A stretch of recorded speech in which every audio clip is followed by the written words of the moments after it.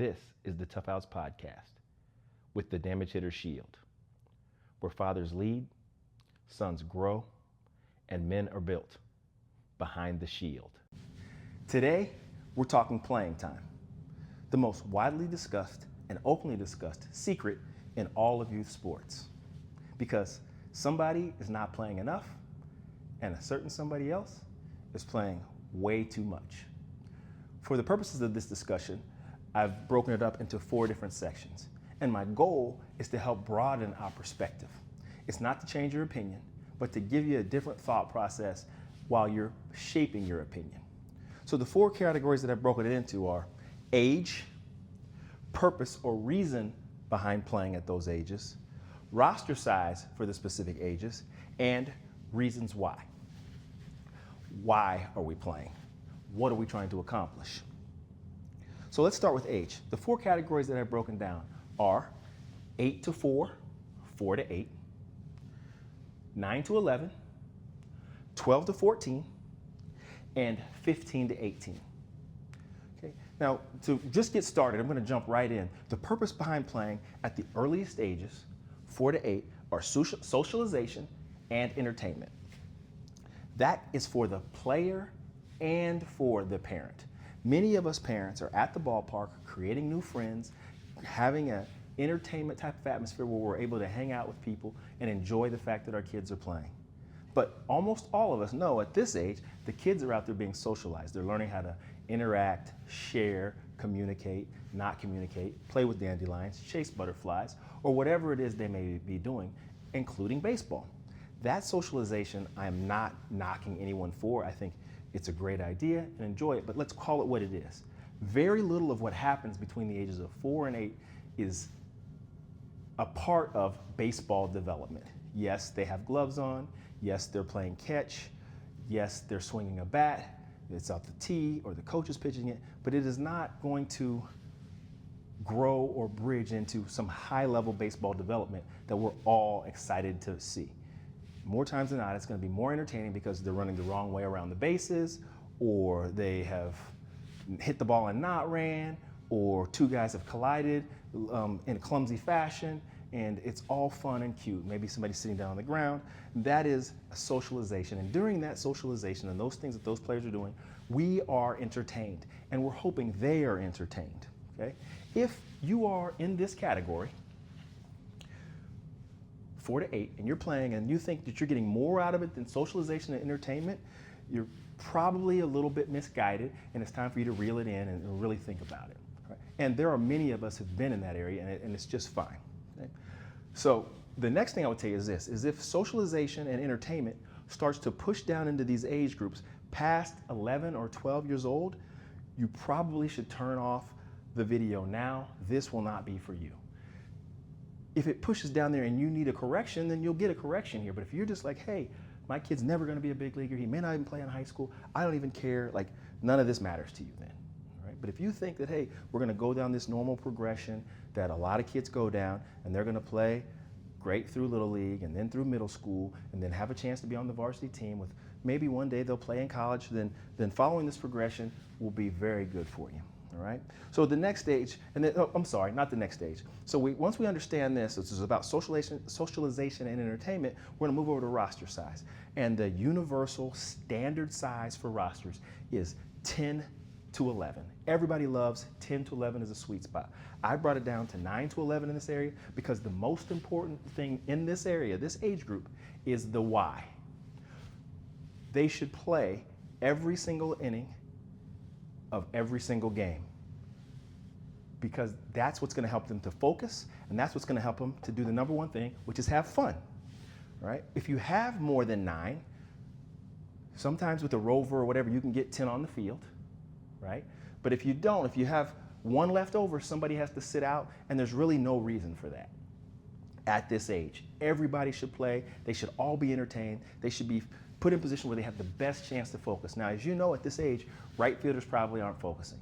They're not close enough to the action. There's not a lot going on. But being out there gives them a chance to be focused and paying attention and having fun. Anything that gets out past 1 extra player is going to be a detriment. Entertaining 2 kids on the bench, is a problem, and no kids on the bench would probably be better.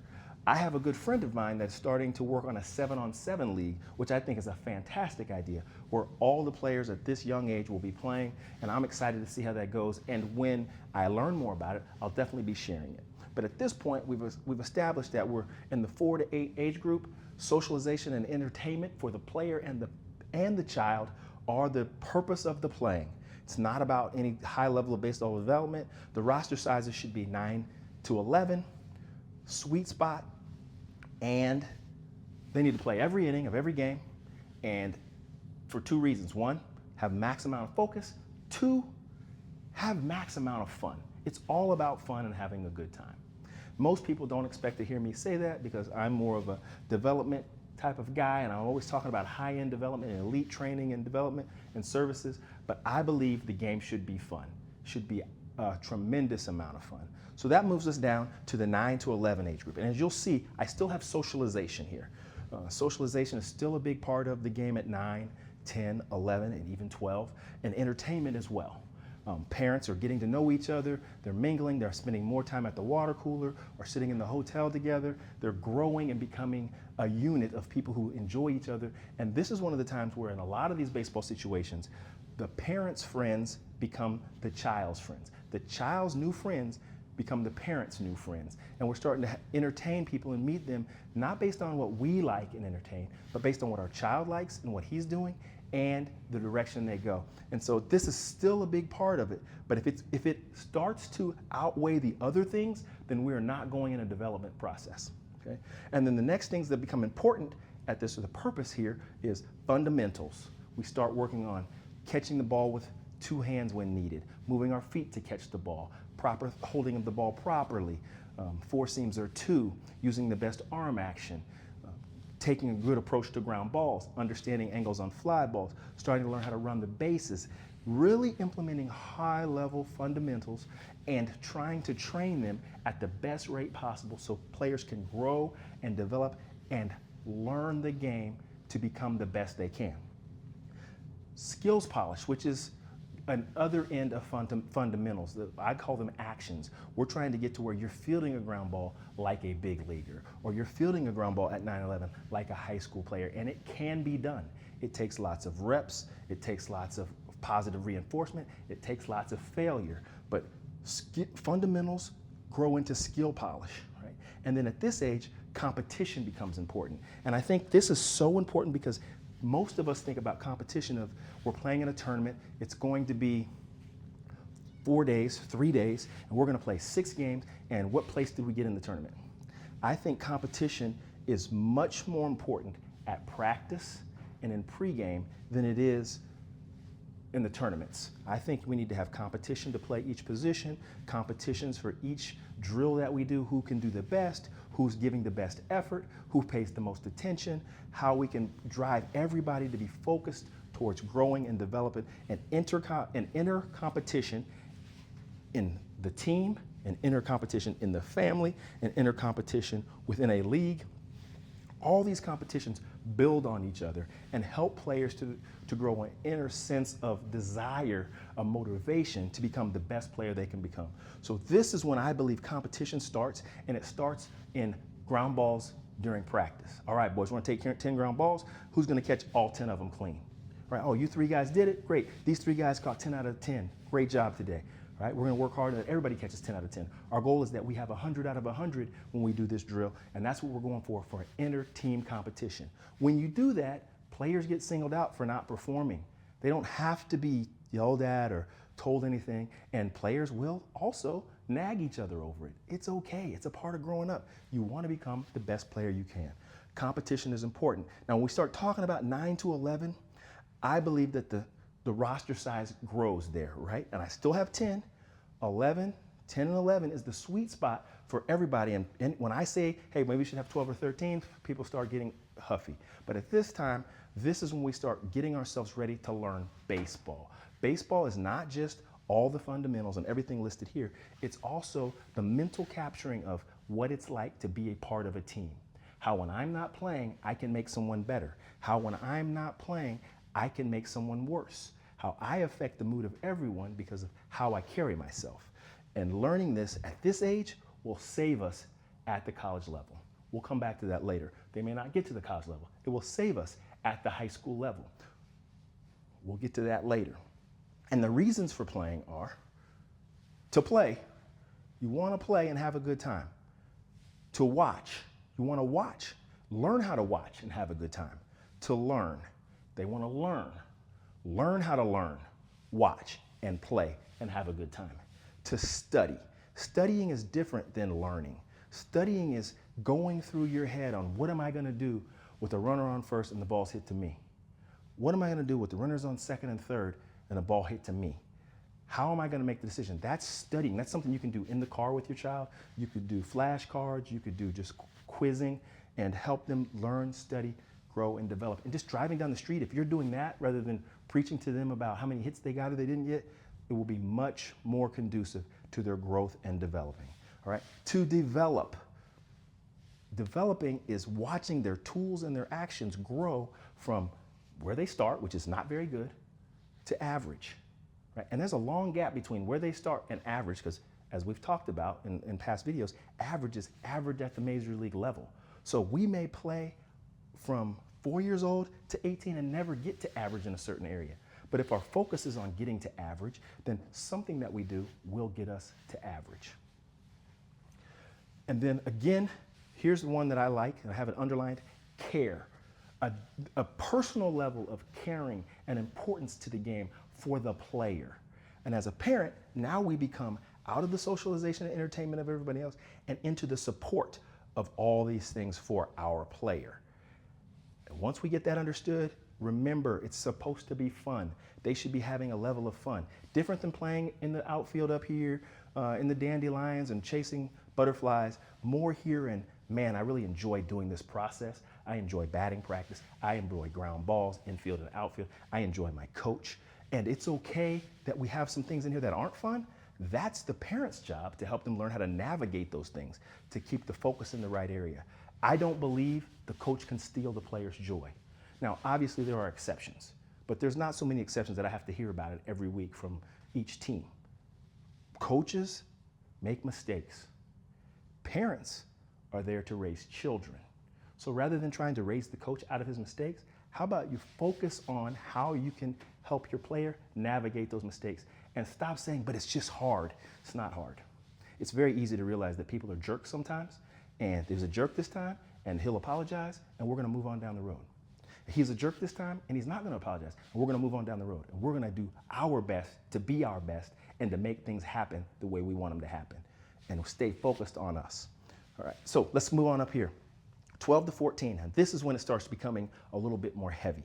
We're going fundamentals, skill polish, competition, and I have 2 pluses by competition. Now these kiddos, teenagers, are starting to have muscles. They're starting to have egos. They're starting to like girls. Girls are starting to like them. This becomes a pecking order of sorts where we're trying to really get going. And then tools development. This is the beginning where we can start saying, oh, I see that kid has tools that are just below the major league level. And that sounds crazy to you. But if a kid's 14 years old and he throws 78 miles an hour, his tools are just below the major league level. Right? It happens. There's kids who can really run at this level. But these are the guys who start to have muscles and grow and develop it. And now we can start talking about feel for the game, trick plays, deking, fake tags, holding tags on, cutting in behind runners, back picks, stealing signs, all the things that can be done that will make this game from a physical game to a mental and an emotional game. And because these kids are starting to get muscles and grow and develop, it becomes important that we think about rosters of 12 to 15. And at this age, if you've done it before, you'll know these are the players, this is the age of players that start to get hurt. They start having hamstring issues, they start having bicep, tricep, shoulder issues, they begin having low back issues. And the player that we've always ridden, the most physical player, the guys who seem like they are the horses at 9 and 11 are the first children to get hurt here. They're the first ones to get the muscles, and they're the first ones to hurt the muscles. So pay attention to that. And because of that, injuries happen for 2 reasons in baseball, 3 reasons in baseball. 1, there's a catastrophic injury. 2 kids run into each other, and a kid breaks his collarbone. It happens. We're not gonna be able to avoid that, right? The other 2 reasons are fatigue, right? You're just wear and tear on the body, it just breaks down. And the other reason is thousands of baseball players are trying to get recruited, and most of them are getting overlooked. Not because they're not good enough, but because they don't have the right plan. Elite Recruits is that plan. They work with uncommitted players to figure out where they actually fit and connect them with college programs still looking for guys.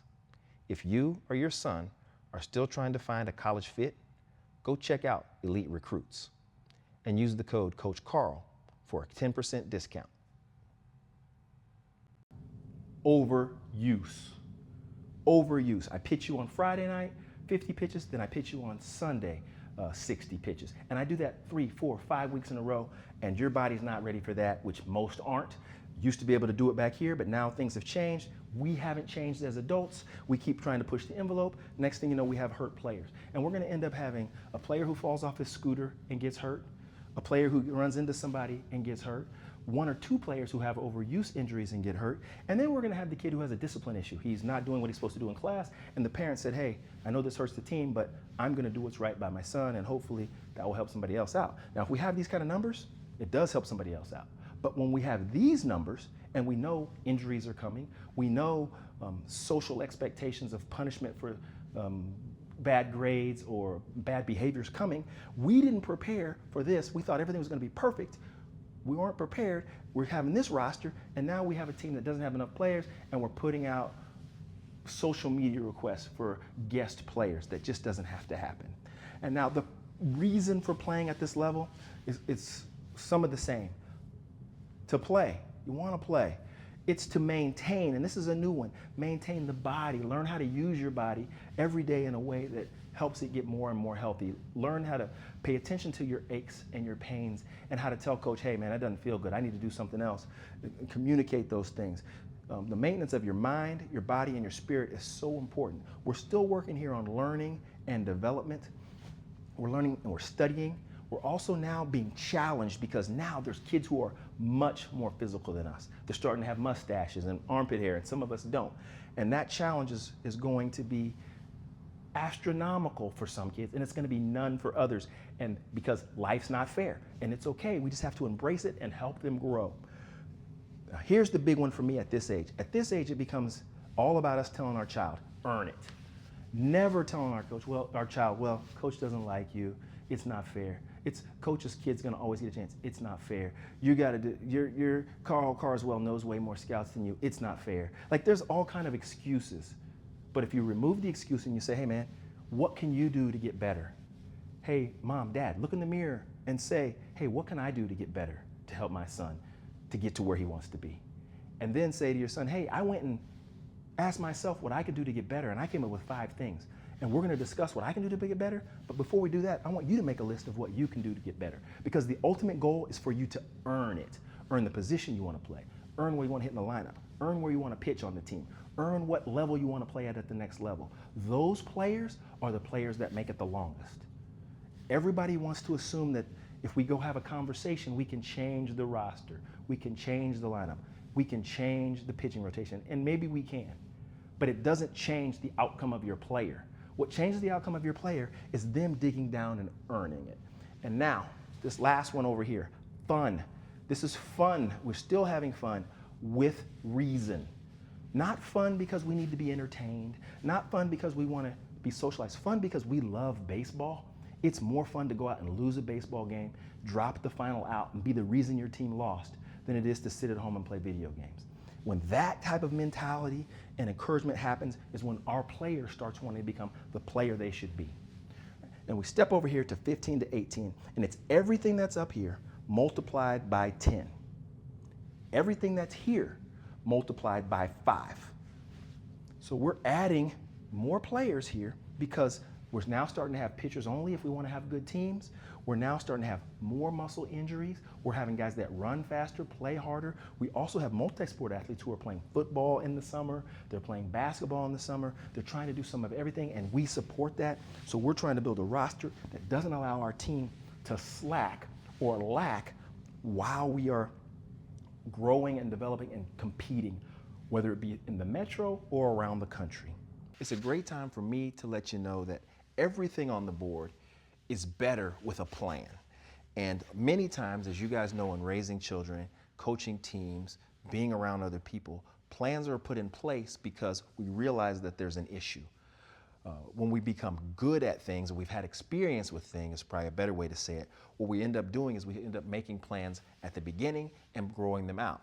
So the best place for me to go and start that plan in teaching the development of baseball and player development and moving on is talking about a plan and the foundation of a plan and a roster. So when you see numbers like 15 to 20, how does that work? Because most people are just like, that's too many, can't work. But the reality is, built around a plan, it works out quite well. And so what it looks like, the plan would be this. You're gonna have 2.5 catchers, which means you have 2 guys that play catcher and then another position player out there on the field somewhere that catches. So 2.5. Let's just go with 2 for now. You got 3 corner infielders. So that's 3 third basemen and first baseman. That's 5 players. 3 middle infielders. 3 second basemen and shortstops. That's 8 players. 4 outfielders. That's 12 players. 12.5 if you count the half. Obviously, somebody who's not a catcher can catch in a pinch, all right? So with those 12 players, we're now sitting here and we're just below this. The other players would be pitchers only. So you'd add 3 pitchers only and get to 15. That would be at the 15-year-old age group. At this age group, maybe you'll have 1 or 2 pitchers only with more position players. And the reason behind this, remember we talked about, is fatigue and overuse injuries, right? Baseball is an everyday game. It's built to be played daily, practiced every day and played daily. That's a hard routine and it's hard on the body to make happen. Multiply that by saying, we're not gonna play every day. What we're gonna do is we're going to take a 72-hour period and we're gonna play 5 to 7 games. Now what you've done is you've taken an extreme amount of workload that should be stretched out over, if it's 5 games, it should be stretched out over 10 days. If it's 7 games, it should be stretched out over 14 days, and you put it into a 3-day period. Assuming that then the player will get enough rest on Monday, Tuesday, Wednesday, travel on Thursday or some quick practice on Thursday, and then go play 5 to 7 more games on a Thursday. So these rosters are important because if we know, hey, it's good for the body, it's hard on the body, but it's best for us to play the game every day and for us to play a baseball game or a baseball game every other day. If we're trying to cram 5 to 7 games into 3 days, then that's why players would need to play a 2-game on, 1-game off rotation to give them the chance to be fresh. It also gives them the chance to watch. It also gives them the chance to study. It also gives them the chance to care in a different way and create caring, and whether that be glove maintenance or equipment maintenance or taking care of their players by bringing their glove to them when it's their turn to do other things, play catch with the right fielder. There's numerous things that can be done.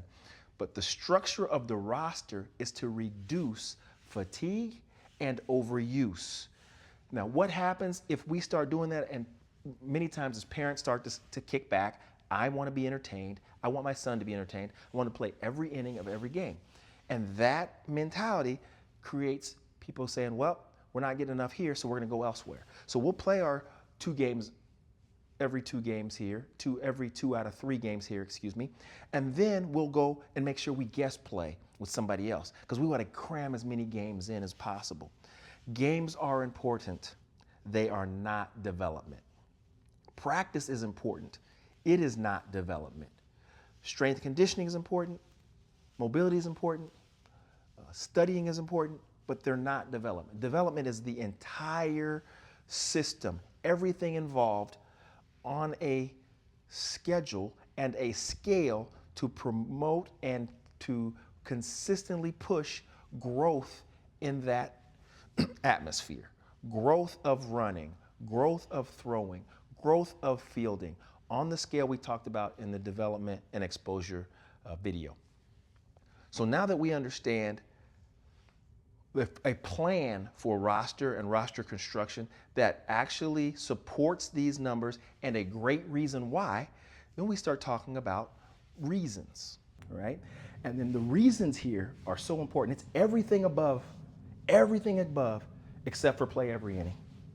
And now it becomes it's about fun with love.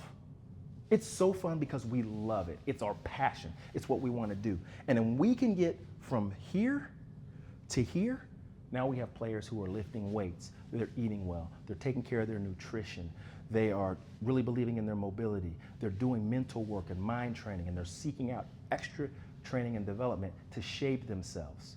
And there's so many things that go into all this, but the goal is that we as parents don't get in the way worried about the size of the roster and how many innings we're going to play, and we get in the way worried about how we're going to help our player navigate being on the bench and watching, teaching them how to do what it takes to get more playing time, to earn it, how to speak to adults and ask the right questions.